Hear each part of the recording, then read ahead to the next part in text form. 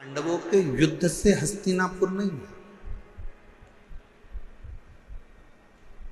हस्तिनापुर का इतिहास अगर पुराना उठाकर देखेंगे तो मेरे शंकर की अविरल भक्ति से हस्तिनापुर है। और इस हस्तिनापुर में वही राज कर सकता है जो शिव का परम उपासक हो, जिसने शंकर की अविरल भक्ति को अपने जीवन में उतारा हो।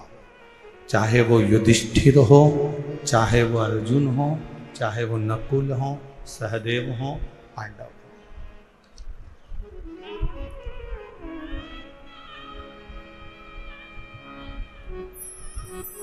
ये हस्तिनापुर शिव महापुराण की कथा जो दिल्ली के निरंकारी मैदान में चल रही है, इसमें हम विदुर जी की धर्मपत्नी जो शिव की उपासक थी, विदुर जी महाराज जो शिव के उपासक थे, अर्जुन जो शिव के उपासक थे,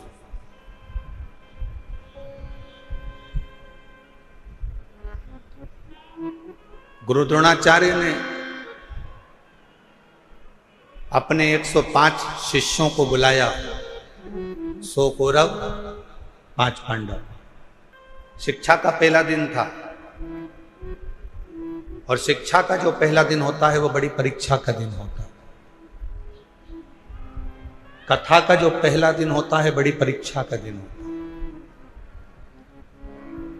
बहुत सारी विघ्न आते हैं, बहुत सारी तकलीफें आती हैं, बहुत सारी समस्या आती है।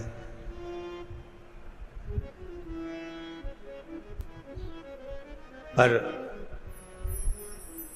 हमने एक चीज देखी है दिल्ली प्रशासन की, जो अभी हम लोग आते आते देख रहे थे कि यहाँ के कलेक्टर महोदय हों, यहाँ के कमिश्नर महोदय हों, यहाँ के आईजी डीआईजी हों, यहाँ के टीआई हों, यहाँ के एसपी हों, एसएसपी हों, यहाँ का एक एक प्रशासनिक बल हमने देखा कि पूरे कथा के पंडाल पे ही नहीं, पूरी रोड पर भी व्यवस्था में लगा हुआ।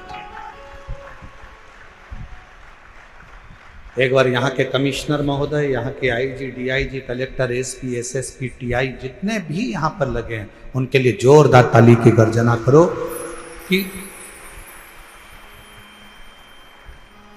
हम सही कहें तो हम जब यहाँ आए तो हमने तो सोचा था कि 2 दिन के बाद शिव भक्त ज्यादा संख्या में आएंगे, परंतु आज की नजारा देखकर तो ऐसा लगता है कि कल तेरा क्या होगा कालिया।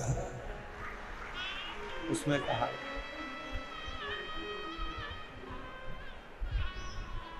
हमने यजमान से पूछा तुमने कितने पंडाल बनाए, तो कहा 3 पंडाल ये है, पीछे के पंडाल, साइड के पंडाल इससे मिला लो तो 8-9 पंडाल बने हुए हैं। फिर हमने आते आते पूछा पंडालों में जगह कितनी खाली है, तो कि 1 पांव रखने की जगह नहीं है, सारे पंडाल बाबा के भरे पड़े हुए। और इसको कौन संभाल रहा, कौन?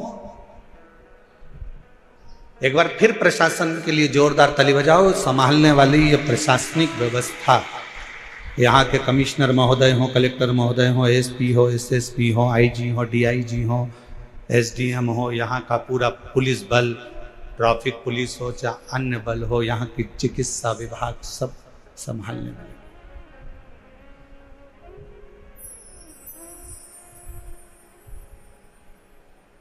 शिव तत्व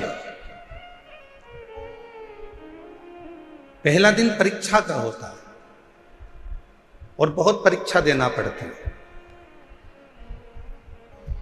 105 गुरु द्रोणाचार्य के शिष्य सामने आकर खड़े हो गए, बाल्यावस्था थी, बैठ गए। खबर मिली कि इनको शस्त्र की शिक्षा देंगे।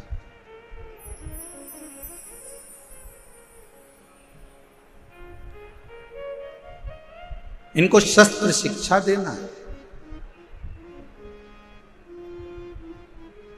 गुरु द्रोणाचार्य ने इसी हस्तिनापुर में बैठकर कहा,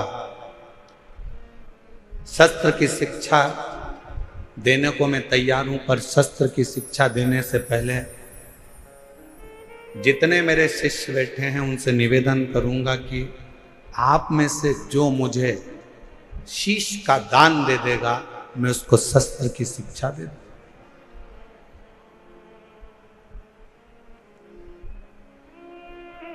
जितने कौरव बैठे थे वो सारे के सारे उठकर चले गए कि शस्त्र की शिक्षा नहीं चाहिए, अगर सिर ही कट जाएगा तो शस्त्र किस काम का, वो शस्त्र किस काम का।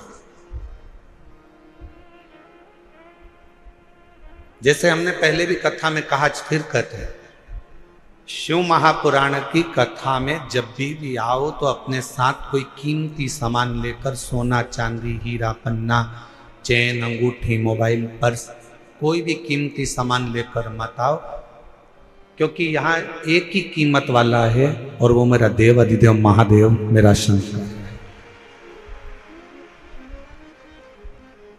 आपकी चप्पल भी अगर कीमत वाली है ना तो उसको भी कथा के पंडाल में लेके मत आओ, घर में अलमारी में सजा के रखो। कथा के पंडाल में अगर कथा सुनने के लिए अगर आप आ रहे हो तो ये सोच कर जाना कि मैं कोई कीमत वाली वस्तु मेरे बाबा को दिखाने के लिए नहीं जा रही हूं, मैं तो कीमत के रूप में मेरा शंकर, मेरा ओघड़दानी, मेरा शिव जो कीमती है उस शंकर को पाने के लिए जा।